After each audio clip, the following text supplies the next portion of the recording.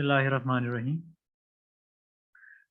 अच्छा ये अभी तक जो हमने डिस्कस किया कि लॉजिस्टिक का relationship with respect to finance, marketing and production. अच्छा थोड़ा इसको और भी डिस्कस करते हैं कि प्रोडक्शन के हवाले से। अच्छा कुछ स्टूडेंट्स ये कह रहे हैं कि एग्ज़ाम कैसे होगा। अच्छा इसको मैं बताना चाहता हूँ कि एग्ज़ाम मल्टीपल चॉइस क्वेश्चन भी होंगे और आपके जो है दो और क्वेश्चन हो सकते हैं। मतलब ये क्या हो सकता है या दो, ये आपका एक केस स्टडीज की तरह होगा, कॉन्सेप्चुअल क्वेश्चन होगा। इसको आपने डिस्कस करना पड़ेगा कि इसमें कौन कौन से स्टेप्स इस्तेमाल होंगे, किस तरह इस्तेमाल होंगे, वो आपने डिस्कस करना पड़ेगा। और उससे पहले जो है आपके 10 to 15 मल्टीपल चॉइस क्वेश्चन हो सकते हैं। अभी तक जो हमने पढ़ लिया है इसी में से होगा, किसी और जगह से नहीं आएगा। लेकिन थोड़ा सा आपको कॉन्सेप्चुअल क्वेश्चन देने पड़ेंगे ताकि आप लोग उसमें अपना डिस्कशन कर सके कि आप लोगों ने अभी तक क्या सीखा है। ठीक है, तो प्रोडक्शन के हवाले से मैं आपको बता दूं कि प्रोडक्शन जो है इसका भी लिंकेज लॉजिस्टिक के साथ ज्यादा है in comparison to other two, like आपका मार्केटिंग और फाइनेंस। इसका ज्यादा अहम रिलेशन है और इसका इंटरफेस इससे ज्यादा लिंक हो जाता है, क्योंकि आपको जो चीज लेना है वो आपने एक कंपनी से ले तो वो फिनिश गुड की फॉर्म में आपने लेना। तो प्रोडक्शन जो है वो ज्यादातर आप उसके साथ लिंक करते हो, लॉजिस्टिक के साथ हमारा ज्यादातर काम जो है वो प्रोडक्शन का है कि प्रोडक्शन जितना ज्यादा होगा आप उतना ही ज्यादा काम करेंगे। तो आपको इस तरह इस पे जो है आपको फिक्स कॉस्ट का, पर यूनिट कॉस्ट का आपको पता चलेगा। अब अगर ज्यादा यूनिट होंगे तो आपको पता है कि उसका कॉस्ट कम होगा, लेकिन अगर आप कम यूनिट रखेंगे तो उसका स्टोरेज कॉस्ट और ये जो है ज्यादा पड़ेगा।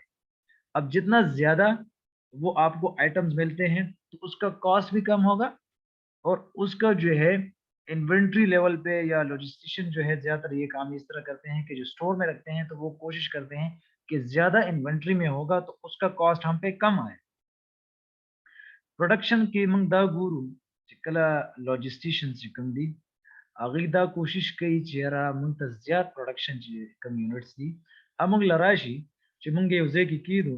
हालांकि कभी तो ज्यादा राशन अगर ज्यादा फायदा लगी इन केस लग राशन दाई कॉस्ट सेवाश नो प्रोडक्शन की जिसुमर ज्यादा प्रोडक्ट्स हुई अगुमर चिदे लॉजिस्टिशियन तब फायदा की, मतलब जितने भी लॉजिस्टिक प्रोवाइडर आए तब बड़े फायदा ठीक ना। और आगे कि दा फायदा मंगूर च लॉन्ग प्रोडक्शन रन चिदे, यो कोई शॉर्ट रन यो भी लॉन्ग रन किदा भी चेरा लगे डेर वक्त बारा करना लगे मिसाल उस रारवान फ्यूचर की बड़ी सुमर प्रोडक्शन की उस बस उमर के शॉर्ट रन के खुदा से भी सीजन की उसी से चली नो शॉर्ट रन के अगेडा फायदा हुई आगा डेर डेर फायदा लगे कितनी तो रसी हो। पर लॉन्ग रन की बम कोशिश को चेरा लॉन्ग रन की बम सर ज्यादातर प्रोडक्ट्स कम जेना राजी प्रोडक्शन चदे हमेशा द पारा द लॉजिस्टिक यो गट अहमियत द देर द प्रोडक्शन देर ठीक ना। दगा गेलो देखी भी आयो बल सीजन डिस्कस को प्रोडक्शन की अगर दादे चिकला तासु प्रोडक्शन रन गोरे वागे के मंग द एक्सेस ऑफ इन्वेंटरी लगा मंग कला कला गुरु कना कला कला चिदे स्तायो प्रोडक्ट बिल्कुल खर्च निशी।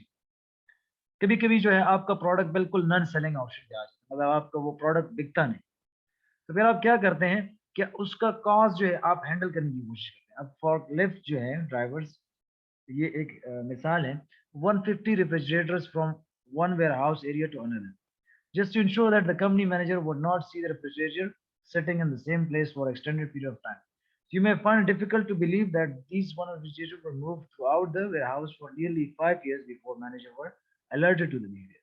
अब उसमें एक चीज जब आपका बिकता नहीं तो आप उसको एक दूसरी जगह पर, वो असल में मिसाल में बताया कि आप दूसरी जगह पर वो पहुंचा दिया था, लेकिन मैनेजर को इस बिहेवियर का, लॉजिस्टिक मैनेजर को जब पता चल जाता है तो फिर वो क्या करता है, वो इसका मतलब इसको निकाल भी सकता है उस बंदे को।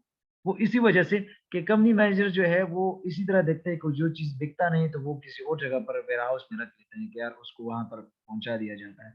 लेकिन कभी-कभी अगर आप लोगों ने देखे हो कि उस पे एक ऐसा ऑप्शन भी आ जाता है, मतलब डिस्काउंट ऑप्शन, या कभी-कभी आपके उस पे प्रमोशन लग जाता है कि यार डॉलेंस, क्योंकि मैं खुद देख चुका हूँ ये डॉलेंस की ओल्ड जो वैरायटी है, मतलब आज से 2010 वाली, 2009 वाले जो रेफ्रिजरेटर हैं, अगर वो कंपनी के साथ रह जाते हैं, उस पे जो है आपका 30%, 40%, इवन 50% ऑफ लग जाता है, और वो आप आसानी से ले सकते हैं। अब मैंने खुद एक रेफ्रिजरेटर लिया था सिस्टर के लिए, कि वो उसकी प्राइस जो थी, अगर न्यू की प्राइस थी तो वो तकरीबन 48,000, लेकिन वो चीज़ मुझे 30,000 का मिला। लेकिन वो असल में क्या था कि ओल्ड वैरायटी में से था, उसमें कोई वारंटी नहीं थी, कोई चीज़ नहीं। लेकिन वो सबको पता है कि उसका कंप्रेसर अच्छा अच्छा होता है डॉलिंस का, तो वो फिर आप उसको सही तरीके से इस्तेमाल। अब वो एक चीज़ अगर आपको 48,000 में मिला है, और आपको वो नया चीज़ अगर वो ओल्ड वाला है तो आपको तकरीबन 30,000 का मिल रहा है, तो कोई मसला नहीं है,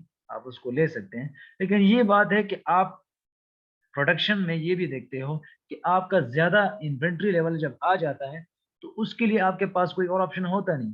तो आप उसको फिर जब वेयरहाउस में रखते हैं कोई नॉन सेलिंग प्रोडक्ट, तो उसका भी आपका हैंडलिंग कॉस्ट आ जाता है। हैंडलिंग कॉस्ट क्या है कि उसको अगर आप मेंटेन रखते हैं या उसको एक जगह पर रखते हैं ताकि वो खराब ना हो जाए, तो आपका क्या है, उस पे कॉस्ट लग जाते हैं। मतलब आप एक जगह पे रखी हैं तो कॉस्ट तो बढ़ता जाता है। मतलब 10-11 साल से एक चीज़ एक जगह पर पड़ा है, तो वो क्या है, खामखा उसका कॉस्ट ज़्यादा हो जाता है। ठीक है ना? अच्छा, यहाँ पे कुछ लोग ये पूछेंगे कि प्रोडक्शन लेवल ज़्यादा होना तो बेहतर है। प्रोडक्शन लेवल ज़्यादा होना तो बेहतर है, लेकिन ये बात तो सच है कि प्रोडक्शन अगर आप ज़्यादा करते हो, लेकिन मैं बात कर रहा हूँ कि ओवर प्रोडक्शन, मतलब एक्सेस प्रोडक्शन। जब आप एक चीज़ की इतनी ज़्यादा करते हो कि उसकी नन सेलिंग पॉइंट आ जाता है कि वो बिल्कुल फिर बिकता नहीं। तो फिर क्या होगा? फिर आपके पास वो एक वेयरहाउस में फिर रखेंगे, तो उसका कॉस्ट फिर आपका डबल इवन ट्रिपल भी हो जाए, लेकिन आपको फिर बाद में क्या करना पड़ेगा? इसी तरह इसको भेजना पड़ेगा। ठीक है? अब उसमें एक चीज़ और भी आ जाती है जिसमें हम पोस्टपोनमेंट कंसेप्ट, मतलब एक चीज़ जो है आप पोस्टपोन करते हैं। मतलब कोई चीज़ आपने डिले कर दिया, मतलब आपने असेंबली में, प्रोडक्शन में, पैकेजिंग में, ठीक है, उसको डिले कर दिया। तो इसका क्या होगा कि आपका इसका भी एक इन्फ्लुएंस आ जाता है बिटवीन प्रोडक्शन एंड लॉजिस्टिक्स। क्योंकि अगर आप एक चीज़ को ज़्यादा, मतलब केस पैकिंग हो गया, केस लेबलिंग हो गया, अब ये क्या है कि ये वेयरहाउसिंग फैसिलिटी में इसका हो जाता है। लेकिन अगर आप उसमें कुछ और इक्विपमेंट डालें और उससे आपका जो है एक चीज़ डिले हो जाता है, पोस्टपोनमेंट, तो क्या है कि आपका वो उसके साथ जो है वो लिंक कस्टमर के साथ वो ख़त्म हो जाता है। तो क्या करते हो कि आप इसको आजकल जो है एक चीज़ आप बढ़ा रहते हो। अब एक चीज़ आपको फ्री में अगर आ रहा है तो उसके लिए आप वेट करते हो। मैंने आपको अपना मिसाल दिया था कि मैंने अली एक्सप्रेस से जो है ये स्ट्रैप जो है मैंने परचेज़ किया, तो वो मुझे तकरीबन ₹4 का पड़ गया। ₹4 इसलिए कि उस पे डिस्काउंट लग गया था, मतलब वो फ्रीबीज़ ऑप्शन था, और मैंने वो परचेज़ किया था। तो वो मुझे तकरीबन 32 डेज़ में मिल गया। तकरीबन ऑलमोस्ट मोर देन 1 मंथ वो लग गया था, और वो मुझे मिल गया। लेकिन उसमें क्या था कि वो चीज़ जो था बिल्कुल जेन्युइन क्वालिटी का था, लेकिन ये था कि वो मुझे, मतलब फ्री जब आता है तो खामखा वो आपके ज़्यादा दिन लग जाते हैं। तो वो अगर आप पैसे देते हो तो आपको हफ्ते में मिल जाता है। आपको जो है 5 दिन में, 4 दिन में, 3 दिन में मिल जाता है। लेकिन जब आप उसको अ, फ्री में लाते हो तो वो क्या होगा, खामखा आपका टाइम लगेगा। ठीक है ना?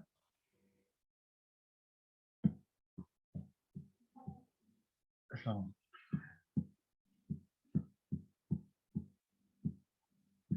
वेट करें, थोड़े से स्टूडेंट्स यहाँ पे आ गए हैं। अच्छा, आपका कोई क्वेश्चन है तो आप पूछ लीजिए। जी, किसी का क्वेश्चन है तो पूछ सकता है।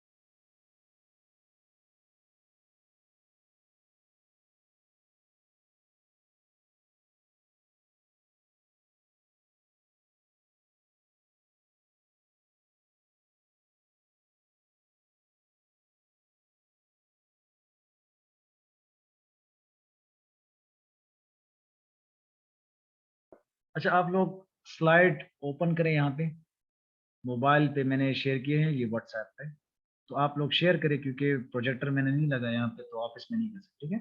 तो क्या है कि हम डिस्कस करते हैं पोस्टपोनमेंट ऑर्डर, इसको हमने डिस्कस किया, थोड़ा सा आगे जाते हैं, मार्केटिंग के हवाले से पढ़ते हैं। मार्केटिंग, क्योंकि आपका ज्यादातर फोकस कस्टमर सेटिस्फेक्शन पे रहता है, और आप इस तरह की स्ट्रेटेजी बनाते हैं ताकि आपका एक कस्टमर सेटिस्फेक्शन रहे, और उसमें आपका कॉस्ट ऑफ प्रोडक्ट्स जो है वो रिड्यूस हो जाए, और आप कोशिश करते हैं कि लोअर प्राइस में एक चीज आप ऑफर करें, और आप कस्टमर को चॉइसेस दे दें, वैरायटी ऑफ चॉइसेस, और उसमें आप क्या करते हैं कि आप इस तरह की स्ट्रेटजी बनाते हैं कि आप कंपनी को डिफरेंशिएट भी करते हैं, ठीक है, अमंग द कंपिटिटर्स। अब डिफरेंशिएशन स्ट्रेटजी का क्या मतलब, कि आप एक ऐसा कंपेटिटिव एडवांटेज हासिल करें।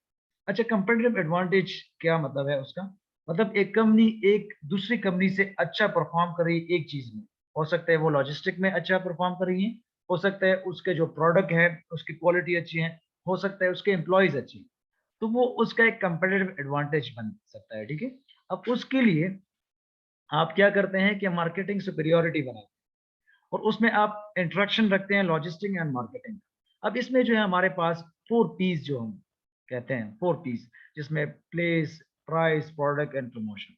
अब प्लेसमेंट ऑफ प्रोडक्ट्स आप कैसे करेंगे, प्लेसमेंट ऑफ प्रोडक्ट इस तरह करेंगे कि आपको एक कस्टमर को एक प्रोडक्ट चाहिए विद इन वीक, तो आप क्या करेंगे, उसको उसी वीक में आपने वो देना है, अगर वो डिले हो जाता है तो कस्टमर का फीडबैक खराब होगा। अब इसी तरह प्राइस भी आपने कन्वीनियंट रखना है, कि वो जो कस्टमर है आपसे फिर वो शिफ्ट ना हो जाए किसी और कंपनी में, तो क्या करेंगे आप इसको प्राइस को कन्वीनियंट रखें। लेकिन अगर आप कुछ इस तरह के होते हैं कि स्किमिंग स्ट्रेटेजी होती है, एक होता है पेनिट्रेशन स्ट्रेटेजी, मार्केटिंग में शायद आप लोग पढ़ चुके हो या आप लोग अभी पढ़ रहे होंगे। एक होता है कि मार्केट डेवलपमेंट स्ट्रेटेजी, एक होता है पेनिट्रेशन स्ट्रेटेजी, और एक क्या होता है स्किमिंग स्ट्रेटेजी। पेनिट्रेशन में आप क्या करते हैं कि प्रोडक्ट्स को लोअर रखते हैं, ये मैं प्राइस के हवाले से बता रहा हूँ, कि प्राइस को लो रखते हैं और आप अट्रैक्ट करते हैं न्यू कस्टमर्स को। अब लॉजिस्टिक भी आपके लिए ये आप मार्केटिंग कर सकता है कि आपके प्रोडक्ट को इस तरह लेबल करे कि वो लोग के जहन में एक खाका बन जाए कि यार ये अच्छा प्रोडक्ट, ठीक है। तो प्राइसिंग क्या होगा, ये आप लोग माइक, सॉरी ये स्पीकर बंद कर लेते हैं। अच्छा, इसमें क्या होगा कि इसमें ये होगा कि आपका जो प्राइस है, प्राइस, मैं प्राइस की बात कर रहा था कि प्राइस क्या होगा, कन्वीनियंट आपने देना है। अब उसमें मैंने एक और चीजें बता दी प्राइस के हवाले से, वो क्या क्या था जी, अभी मैंने बता दिया, मार्केट डेवलपमेंट, ठीक है, मार्केट पेनिट्रेशन, ये कुछ स्ट्रेटजीज हैं जिससे आप क्या कर रहे हो, अपना मार्केट एक्सपेंड कर सकते हो, मार्केट एक्सपेंड कर सकते हो, और उसके लिए आप क्या करते हैं, या आप मार्केट डेवलपमेंट करते हो, या आप मार्केट पेनिट्रेशन करते हो, या स्किमिंग। अच्छा, स्किमिंग क्या है, आप स्किमिंग स्ट्रेटजी में आप एक चीज को ज्यादा, मतलब ज्यादा प्राइस में ऑफर करते हैं। अब लग्जरी आइटम्स हैं, गाड़ी है, तो गाड़ी को आप कम पैसों में नहीं ऑफर, वो इसीलिए अगर आप उसको बढ़ा भी ले रहे हो लेकिन लोग उसको परचेज करें, लेकिन वो फिर वो अपर क्लास के लोग लेते हैं, अपर क्लास के लोग होते हैं, वो स्किमिंग स्ट्रेटेजी को ज्यादा पसंद करते हैं, अगर ज्यादा भी हो जाए तो वो खरीदते हैं। इसी तरह अगर उसकी मिसाल में आईफोन की भी दें तो वो स्किमिंग स्ट्रेटेजी में आता है कि वो अपना प्राइस कम नहीं करता, ठीक है, वो प्राइस को बढ़ाता है।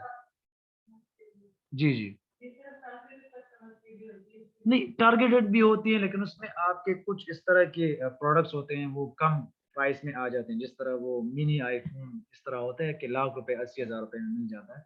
लेकिन हालांकि अगर आप उसको देख ले तो कंपैरेटिवली उसका प्राइस अबव द एवरेज है, तो क्या है, ये आपका स्किमिंग स्ट्रेटजी।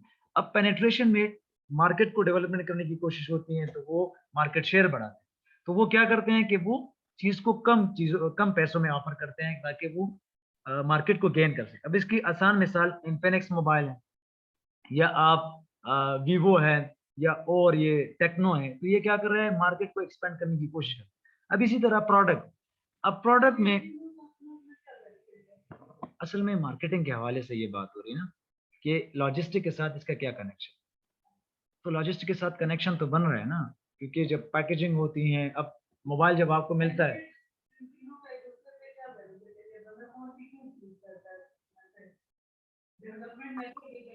हाँ ठीक है। क्राइटेरिया इसलिए रखता है कि फॉर एग्जांपल एक प्रोडक्ट है, उसकी क्वालिटी अच्छी है और उसके लिए सेगमेंट बन गया है क्या अपर क्लास के, तो वो उसके लिए यूएस अच्छा है। फिर अगर वो पाकिस्तान में आते हैं तो फिर इस्लामाबाद जो है वहाँ पर व्हाइट कॉलर लोग रहते हैं, तो उसके लिए वो अच्छा है। तो वो सेगमेंट ढूँढते हैं। सेगमेंट इसलिए ढूँढते हैं कि वहाँ पर पैसे वाले लोग ज़्यादा हैं, तो वो उसको टारगेट करें। अब गरीब लोग हैं, तो उसके लिए तो ये नहीं कर सकता कि आप 3 लाख का फ़ोन ऑफ़र करें। तो उसके लिए फिर ये जो टेक्नो वाले हैं या जो इन्फिनिक्स वाले हैं, तो वो फिर इस पेनिट्रेशन स्ट्रेटजी को अपनाते हैं कि यार हम वो चीज़ें ऑफ़र करेंगे, वही फीचर्स, लेकिन थोड़ा-सा उसका जो है उसके फीचर्स उतने अच्छे नहीं होंगे। इन कंपैरिज़न टू अगर आप उसके सैमसंग और आईफ़ोन की मिसाल ले लें, तो वो क्या करते हैं उसी फीचर्स को ऑफ़र करते हैं लेकिन लोअर प्राइस में। और वो क्या करते हैं कि अपने लिए मार्केट शेयर बनाते हैं कि मार्केट शेयर को एक्सपेंड किया जाए, मार्केट शेयर को गेन किया जाए। मार्केट शेयर का क्या मतलब है? Number of customer, number of users, वो बढ़ाते हैं। तो ये क्या होता है कि आप प्राइस के हवाले से फिर देखते हैं। अब स्किमिंग भी है, अब प्रोडक्ट डेवलपमेंट क्या है? अब ये प्रोडक्ट के हवाले से बता प्रोडक्ट का मतलब क्या है? कि anything which can be offered to the market and having some value. मैंने आपको बताया था कि अगर एक चीज़ पड़ा है यहाँ पे, अब ये है फॉर एग्ज़ाम्पल इसकी कोई वैल्यू नहीं है, इसकी कोई वैल्यू नहीं है, अगर इसको मैं ऑफ़र करूँ, अगर इसकी तो है, ये तो डस्टर है, सबको पता है इसकी वैल्यू है ₹10 का है, ₹20 का है। अगर एक चीज़ है, ज़मीन पे पड़ा मैंने उठा लिया कि यार ये मैंने बेचना है, तो क्या होगा? ये इसकी वैल्यू नहीं, इसकी वर्थ नहीं। तो प्रोडक्ट का इसके साथ लिंक है लॉजिस्टिक के साथ, प्रोडक्ट की कोई वैल्यू होनी चाहिए, ठीक है? अब प्रोडक्ट डेवलपमेंट क्या है? कि उसमें फीचर्स लाना, उसको और डेवलप करना, एनहांस करना, इसमें इनोवेशन, रिनोवेशन, इन्वेंशन, ये सारी चीज़ें इसमें आती हैं। इसको और आगे ले जाना। तो अब इसके लिए क्या होगा? ये पॉलिसीज़ को कैसे हम बनाएँगे प्रोडक्ट का? तो प्रोडक्ट इस तरह बनाएँगे कि लोग उसको पसंद करें। लोग अगर नापसंद करेंगे तो वो फिर उसका जो है, वो नहीं लेंगे उससे, उस कंपनी से प्रोडक्ट नहीं लेंगे। अब प्रमोशन भी ज़रूरी है। प्रमोशन क्यों ज़रूरी है? एडवर्टाइज़िंग, लोगों के ज़हन में ये खाका बनाना कि ये प्रोडक्ट अवेलेबल है। अच्छा, इसका मैंने आसान मिसाल दिया था ये पेप्सी का लास्ट टाइम, कि पेप्सी या कोका कोला हर जगह पर अपना जो है ब्रांडिंग करता है, हर जगह पर जो है एडवर्टाइज़मेंट करता है। इवन अगर आप क्रिकेट देखते हैं तो उसके साथ ये कर, वो कर, तो ये क्या है? अब मुझे भी पता है कि कोका कोला इज़ अवेलेबल, सबको पता है कि पेप्सी इज़ अवेलेबल, लेकिन फिर भी वो एडवर्टाइज़मेंट करते हैं, क्यों? Very good. ये उसको रिटेन करने के लिए, रिटेंशन है। रिटेंशन क्या है कि उसको वो डाइवर्ट ना हो जाए किसी और कंपनी में, कि वो दूसरी कंपनी पे डाइवर्ट ना हो जाए और वो वहाँ पर हमारा ही कस्टमर है। तो ये क्या है कि प्रमोशन वो कंपनी इसलिए कर अब और प्रोडक्ट्स की प्रमोशन, अब आप आईफ़ोन की ले ले या आप सैमसंग की ले ले, वीवो, इन्फिनिक्स, टेक्नो, ये क्या है? ये भी प्रमोशन। तो अब इसका लॉजिस्टिक के साथ क्या रिलेशन? अब ये मैं बताना चाहूँ। लॉजिस्टिक के साथ इसका इसलिए रिलेशन है कि जो आपके प्रोडक्ट आएँगे, इसी के थ्रू आएँगे। वो बल्क में आ रहे हैं या सिंगल पैकेजिंग में आ रहे हैं, तो इसी लॉजिस्टिक के थ्रू आएँगे। फॉर एग्ज़ाम्पल एक मोबाइल यहाँ पे नहीं मिल रहा, आईफ़ोन का। फॉर एग्ज़ाम्पल लेट्स से आजकल तो मिल रहा है लेकिन मैं कह रहा हूँ कि नहीं मिल रहा। तो आप क्या करें, इसको ऑर्डर करेंगे, तो उसी प्रोसेस के थ्रू ही आएगा। अगर आप वो एक आ रहा है या बल्क में आ रहे हैं, लेकिन उसी लॉजिस्टिक प्रोसेस के थ्रू आएगा। अब फ़ोन के लिए कैसे पैकेजिंग की जाती है, ताकि वो टूट ना जाए? क्योंकि उसका जो फ़ोन जो स्क्रीन होता है वो महँगा होता है, ओलेड स्क्रीन होता है या सुपर एमोलेड स्क्रीन होते हैं, तो वो बड़े महँगे होते हैं, तो उसके लिए बड़े अच्छी तरीके से लॉजिस्टिक की पैकेजिंग की जाती है, ताकि वो खराब ना हो। अगर वो फ़ोन यहाँ पे प्रोड्यूस होता है तो उसकी प्राइस थोड़ी-सी कम है, लेकिन क्योंकि हम इम्पोर्ट करते हैं, तो ये क्या है, हमारे लिए थोड़ा-सा महँगा पड़ता है। हमारा तो कोशिश अभी जारी है, हमारे कुछ बिज़नेस जो एनालिस्ट हैं, ये हैं, वो कोशिश करते हैं एंटरप्रेन्योर्स कि एप्पल का स्टोर यहाँ पे आ जाए। एप्पल का जो है मतलब यहाँ पे वो अपने ऑपरेशंस बिल्कुल देते हैं। बिल्कुल, अब आजकल आप लोग देख चुके होंगे कि नए फ़ोन में जो है वो कुछ चीज़ें मिस की जाती हैं। मतलब वो पैकेजिंग को थोड़ा-सा एडवांस किया गया है, थोड़े-से डिज़ाइन किया, लेकिन उसमें से हैंड फ्री नहीं होगी। आपको एयरपॉड्स या हैंड फ्री नहीं मिलेंगी। लेकिन कुछ फ़ोन्स इस तरह हैं कि वो अभी भी ऑफ़र कर रहे हैं। कुछ फ़ोन्स में जो है आजकल वो 3.5 हेड जैक भी नहीं है, मतलब वो हेडफोन जैक भी नहीं है। वो इसलिए नहीं है, उसमें से मैंने एक फ़ोन 2 परचेज़ किए थे, ये मेरे ख़्याल में वन प्लस, उसमें हेडफोन जैक नहीं है। ठीक है ना? तो ये क्या है कि आजकल वो डाइवर्ट हो रहे हैं, आजकल एयरपॉड्स वो आ गए ना, तो ये क्या है कि वो चेंज हो रहे हैं। तो फिर वो लोग इसकी तरफ वो पर्सुएड करेंगे कि हाँ, आप एयरपॉड्स ले लें, आप इसको ख़त्म कर दें, ठीक है? अच्छा, ये हमने अभी यहाँ तक डिस्कस किया। थोड़ा-सा हम जाते हैं कि अब मार्केटिंग चैनल्स को करते हैं। अब मार्केटिंग चैनल्स क्या है कि आपने इसका रिलेशनशिप देखना है मार्केटिंग चैनल्स का between the ownership channel, negotiation channel, financing channel and promotion channel, और साथ में आपने लॉजिस्टिक चैनल का भी देखना है। अब इसका मतलब क्या है कि सेट ऑफ इंस्टीट्यूशन जो हमारे हैं, जितने भी आपके इंस्टीट्यूशन हैं, अगर वो डिस्ट्रीब्यूटर हैं, अगर वो रिटेलर हैं, जितने भी हैं, वो इसके साथ एसोसिएट हैं। किसके साथ? लॉजिस्टिक के साथ। और वो क्या करते हैं कि ट्रांसफर, आप क्या करते हैं, title to goods and move goods from point of production to the point of consumption. अब पॉइंट ऑफ प्रोडक्शन का क्या मतलब है कि कंपनी में प्रोड्यूस हो रहा है, रॉ मटेरियल कहाँ से लिया है और उसको प्रोड्यूस किया गया। अब उसमें जो चैनल्स है, मार्केटिंग चैनल्स, वो क्या करते हैं कि उस चीज को मूव करते हैं और कहाँ से कहाँ तक ले जाते हैं, प्रोडक्शन प्लांट से कंजम्पशन, मतलब जो यूज करते हैं वहां तक। और उसमें क्या होता है कि आपके जितने भी इंस्टीट्यूशन है, उसमें कौन कौन से हैं, अगर आपके ट्रेडिशनल वाले हैं या आजकल जो अभी चेंज हो रहे हैं, तो उसमें से मैं आपको बता दूंगा। उसमें आपके मैन्युफैक्चरर है, होलसेलर हैं और रिटेलर है। अच्छा, इसमें मार्केटिंग चैनल में कुछ और भी है जो आगे इंशाल्लाह हम डिस्कस करेंगे, लेकिन मैं आपको बता देता हूँ। उसमें हमारे पास कुछ इंटरमीडियरीज भी हैं, जिस तरह मैंने पहले वजाहत की थी, financial intermediaries, banks, insurance companies. ये मैंने बताया था ना कि आपको इंश्योरेंस पॉलिसी देते हैं कि यार अगर ये खराब हो जाए तो आपको हम इस तरह इंश्योरेंस देते हैं। तो ये क्या, इस तरह बैंक्स कि आजकल आप डेबिट कार्ड, क्रेडिट कार्ड इस्तेमाल करके आप ऑनलाइन ट्रांजेक्शन करते हैं, आप उसका इस्तेमाल करके एक चीज परचेज करते हैं। तो ये क्या है कि आपका पॉइंट ऑफ प्रोडक्शन से पॉइंट ऑफ कंजप्शन तक ये सारा का क्या होता है कि मार्केटिंग चैनल्स का। और उसमें आपके सबसे पहले जो है ओनरशिप चैनल। ओनरशिप चैनल का क्या मतलब है, इसको थोड़ा सा और भी हम डिस्कस करेंगे। ओनरशिप चैनल हमें क्या करता है कि आपका टाइटल टू गुड्स ओनरशिप लेता है। आपका टाइटल टू गुड्स ओनरशिप का मतलब क्या है कि आपका एक एक बंदे ने ले लिया, परचेज किया, तो वो ओनरशिप यहाँ से यहाँ ट्रांसफर हो गई। अब गाड़ी है, एक बंदे से मैंने परचेज की, तो वो ओनरशिप मेरे नाम पे होगा। इसी तरह प्रोडक्ट भी है ना, ओनरशिप क्या करता है, title to goods and the goods themselves may not be physically present और इवन एग्जिस्ट। अब उसमें कुछ ऑनरशिप आपके पास एग्जिस्ट होती भी नहीं, लेकिन वो आपका ट्रांसफर हो जाता है। आपने परचेज किया, वो फिर जब आपको आ जाता है, फिर आपके पास वो ऑनरशिप स्टेटस सही हो जाता है, लेकिन वो ऑनरशिप आपके नाम हो जाता है। फॉर एग्जाम्पल, एक चीज आपने ऑर्डर किया, तो वो ऑर्डर आपके पास है, आपने पैसे दे दिए क्रेडिट कार्ड के थ्रू, लेकिन वो ऑनरशिप स्टेटस तो आपके पास रहेगा। जब फिजिकली आपको मिल जाता है, जी जी जी, बिल्कुल, बिल्कुल। लेकिन वो ओनरशिप तो आपके पास आ जाता है ना, वो आपके पास पेमेंट रसीद और वो चीज़ें होती हैं, लेकिन वो चीज़ तो एग्ज़िस्ट नहीं करता। फिर बाद में आपके पास आई तो वो ओनरशिप आपके नाम हो जाती है। लेकिन ये क्या करता है, ये ओनरशिप चैनल का काम है, ठीक है? और उसमें आपका ये भी होता है कि कंज़्यूमर प्रोडक्ट को, ठीक है, बाय करता है और इसके बाद जो है वो प्रोड्यूस हो जाते हैं। कभी-कभी इस तरह भी होता है कि आप एक चीज़ ऑर्डर करते हैं, फिर उसके बाद वो प्रोड्यूस हो जाता है। एक चीज़ है, आपने ऑर्डर किया और उसमें आपने चेंजेस का बता दिया कि मुझे इस तरह का फ़ोन चाहिए, उसमें वो चीज़ चाहिए। फ़ोन, जी, बिल्कुल, बिल्कुल यही चीज़ है, ठीक है? तो ये क्या है कि उसमें आपके फिर ये कमर्शियल प्लान भी इसका एक मिसाल दिया है कि जब आप उसको ऑन करते हैं, ये असल में मिसाल है ना, तो उसमें आपका रिस्क भी इन्वॉल्व है। आपको पता है कि बड़ी चीज़ है तो खामखा रिस्क भी इन्वॉल्व है।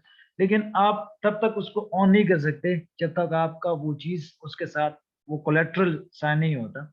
अच्छा, अब लोग पाकिस्तान में तो हम जब मकान लेते हैं, तो हम डायरेक्ट पैसे देते हैं और वो चीज़ खरीदते हैं, वो गाड़ी या वो मकान खरीदते हैं। जी। नहीं, नहीं, नहीं, अगर आप मकान खरीदते हैं तो आप नकद पैसे देते हैं। लेकिन अगर आप बाहर जाते हैं, वेस्टर्न या आप यूएस, कनाडा जहाँ जाते हैं, तो वहाँ पर जब आप घर लेते हैं तो मॉर्गेज के थ्रू लेते हैं। मॉर्गेज, अच्छा किसी का एक्सपीरियंस रहा है कि नहीं? यहाँ ऑनलाइन स्टूडेंट्स में से जी, किसी का एक्सपीरियंस रहा है फॉरेन का कि वहां पर जब आप घर लेते हैं तो वहां पर मॉर्गेज आप साइन करते हैं, आपको डायरेक्ट जो है घर नहीं मिलता। जी, किसी के पास है इंफॉर्मेशन इसके बारे में? जी जी जी, यही है। बिल्कुल बिल्कुल, किस्तों में तो मॉर्गेज किस्म का होता है, ठीक है। अच्छा, इसके बाद है निगोशिएशन चैनल। अब निगोशिएशन चैनल क्या है? अब बाय और सेलर बाय और सेल एग्रीमेंट जो है जब वो रीच किया जाए तो वो निगोशिएशन कहलाता है। जी जी, ओनरशिप तब तक नहीं होता जब तक आप वो पैसे पूरे ना करें। पैसे पूरे हो जाते हैं तो ओनरशिप आपकी, वो 20 साल भी लग सकते हैं, 15 साल भी लग सकते हैं। और आप उसके अगर आप पेमेंट नहीं करते तो आपसे वो जब्त किए जाते हैं। पेमेंट नहीं करते तो खामखा वो आपसे घर जो है वापस किए जाते हैं। तो ये क्या है कि अब निगोशिएशन चैनल जब आपका बाय और सेल एग्रीमेंट रीच हो जाए तो वो निगोशिएशन चैनल कहलाता है। अब उसमें आपने क्या करना है, फेस टू फेस भी हो सकता है, bye telephone, email, electronic data interchange और जो भी है उसमें हो सकता है। लेकिन उसमें आपने क्या करना है कि आपका no actual negotiation take place, मतलब आपका नो एक्चुअल उसमें नहीं होता। हकीकी तौर पर आप कह सकते हैं क्या, आप अपने ईमेल की, तो ये तो एक्चुअल नहीं बन गया निगोशिएशन। अब आप ईमेल करते हो कि यार मुझे ये चीज चाहिए, अगर आप मीट करते हैं तो आपका निगोशिएशन चैनल जो है वो करता है। अब इसमें ये भी होता है कि आप प्राइस ऑफ द प्रोडक्ट जो है आपके पास है, लेकिन वो प्राइस क्या है, वो प्राइस कम भी है या ज्यादा है, लेकिन उसको अगर आप लेते हैं, एक चीज मैंने ऑफर किया है, फॉर एग्जाम्पल मैंने ऑर्डर किया, वो एक 50 रुपए का, लेकिन जब वो हफ्ते बाद मुझे मिल जाते हैं वही चीज 20 रुपए का, तो फिर कंप्लेंट तो होते हैं लोग के, लेकिन उसको पता नहीं है कि वो डिस्काउंट डाल गया, प्रमोशन कि वो लगा है, वो बाद में इस तरह भी हो सकता है कि जब आप एक चीज खरीदते हैं तो आप जब खरीदते हैं तो उसके कुछ सेकंड्स बाद या मिनट्स बाद जो है उसका प्राइस चेंज हो जाता है। जी, इसी तरह। तो ये क्या है, फिर वो लोग, हमारे लोग फिर डिले करते हैं, और जगहों के लोग वो डिले नहीं करते, लेकिन फिर उसमें जो है कुछ प्रमोशन या डिस्काउंट लग जाता है तो उससे वो प्रोडक्ट जो है वो उसकी प्राइस लो हो जाती है। अब इसमें क्या करना पड़ेगा आपने कि आप जो कमोडिटीज देखते हैं तो उसमें जो भी एक्टिविटीज आप देखते हैं, फॉर एग्जांपल अगर आप किसी पार्टी के साथ आपने क्या किया कि टाइम ऑफ डिलीवरी का आपने बता दिया और टाइम ऑफ पेमेंट का बता दिया, तो उसमें आप पैकेजिंग का आप कर सकते हैं कि यार पैकेजिंग आप किस तरह चाहिए, निगोशिएशन कर सकते हैं। निगोशिएशन का क्या मतलब है? बार्गेन है किस्म का कि आप किसी के साथ करो, तो निगोशिएशन चैनल का काम ये होता है कि किसी तरह एक एग्रीमेंट पे लाना किसी बंदे को कि वो एग्री बन जाए, ठीक है। तो ये क्या है, निगोशिएशन चैनल। और उसमें आप क्या कर रहे हो कि आप एक स्पेसिफिकेशन रखते हो। स्पेसिफिकेशन का क्या मतलब है कि आप उसको बता दें कि अगर आपने इस तरह लेना है तो उसकी प्राइस इस तरह होगी, अगर आपने इस तरह के पैकेज में लेना है तो उसकी प्राइस इस तरह होगी। ये होता है ना, आप लोग जब बिरयानी भी लेते हैं तो शापर में वो 50 रुपए, लेकिन डब्बे में लेते हैं तो 70 रुपए का या 60 रुपए का। तो ये क्या होता है कि आपको बता देते हैं, ये भी एक किस्म का नेगोशिएशन है। क्या आपके साथ वो किया जाता है कि अगर आपने इस तरह लेना है तो आपको इतने प्राइस में मिलेगा, और अगर इस तरह लेना है तो इस प्राइस में मिलेगा, ठीक है। फिर इसके बाद है फाइनेंसिंग चैनल, जिस तरह मैंने पहले वजाहत की फाइनेंसिंग चैनल। फाइनेंसिंग चैनल का क्या काम है कि आपको गुड्स के बारे में, कंसाइनमेंट के बारे में, और जितना भी होलसेलर के बारे में डिटेल है, ये फाइनेंस वाले आपको बताते हैं। और उसका जो है फाइनेंशियल स्ट्रेंथ बताना, ये सारा के सारा क्या है, आपका पेमेंट का। और ये सारा के सारा क्या करता है, फाइनेंसिंग चैनल। फाइनेंसिंग चैनल में कौन कौन से हो सकते हैं? जी, जिस तरह मैंने पहले वजाहत किया ना, इंटरमीडियरी का, जिसमें बैंक्स आ जाते हैं, जिसमें आपके ये छोटे माइक्रो फाइनेंस बैंक हैं, ये जितने भी आपके फाइनेंशियल चैनल हैं, और उसके थ्रू जो है आप मतलब प्रोडक्ट जो है बेचते भी हो और क्या करते हो, खरीदते भी हो। तो क्या है, ये फाइनेंशियल चैनल आपके लिए बहुत अहमियत। अब उसमें फाइनेंशियल रिस्क भी इन्वॉल्व, कभी कभी आपका ये होता है कि होलसेलर जो है, होलसेलर वो फाइनेंशियल रिस्क लेता है कि सारी चीज़ों, मैंने आपको अभी पहले, इससे पहले वो प्रोडक्ट्स लेवल का बता दिया था इससे पहले लेक्चर में, कि कुछ प्रोडक्ट्स आप उसको ज़्यादा बल्क प्रोडक्शन कर देते हो, लेकिन फिर वो आपके पास रह जाते हैं। क्यों रह जाते हैं? फिर आप उसको बेच नहीं सकते। तो वो सेलिंग आप फिर नहीं कर सकते, तो क्या हो जाता है फिर वो रिस्क आपने ले लिया। तो ज़्यादा प्रोडक्शन जब हो जाता है और आपने ज़्यादा परचेज़िंग की है, तो उसका भी एक रिस्क है। तो आप उतना करें जितना आपका डिमांड, जिसमें डिमांड मैनेजमेंट में मैंने बताया था ना कि जितना डिमांड किया जाता है, जितना फ़ोरकास्ट किया है उसके मुताबिक, ठीक है? अब मैन्युफैक्चरिंग क्या करता है? बैंक, जिस तरह मैंने अभी पहले बता दिया ना, बैंक के थ्रू ये सारा सिस्टम चलाते हैं, ठीक है? और उसके लिए अगर आप लोन भी लेते हैं, जो भी लेते हैं, तो बैंक उसके लिए एक इंटरमीडिएरी है, फाइनेंशियल इंटरमीडिएरी है ना, क्योंकि बैंक पैसों का काम करता है, तो ये आपके लिए फाइनेंशियल इंटरमीडिएरी का काम करता है। अच्छा, अभी एक और ब्रेक लेते हैं क्योंकि हमारा मीटिंग का टाइम खत्म हो रहा है। तो फिर एक इसके बाद जो है फाइनेंसिंग चैनल 20 स्लाइड हमने पढ़ ली। ये और जो है हम नेक्स्ट लेक्चर के लिए रखते हैं। इसके बाद हम एक केस स्टडी और उसको उठाते हैं जो अफ़गान स्टूडेंट्स के लिए मैंने एक केस स्टडी उठाई है और एक रिसर्च पेपर उठाया है और एक रिसर्च थीसिस भी है, उसको हम डिस्कस करते हैं। ठीक है, अगर कोई क्वेश्चन है, आप लोगों में से किसी का क्वेश्चन है, तो आप पूछ सकते हैं। जी, डॉक्टर हसन साहब, डॉक्टर वक़ार साहब, किसी का क्वेश्चन है तो आप पूछ सकते हैं। जी।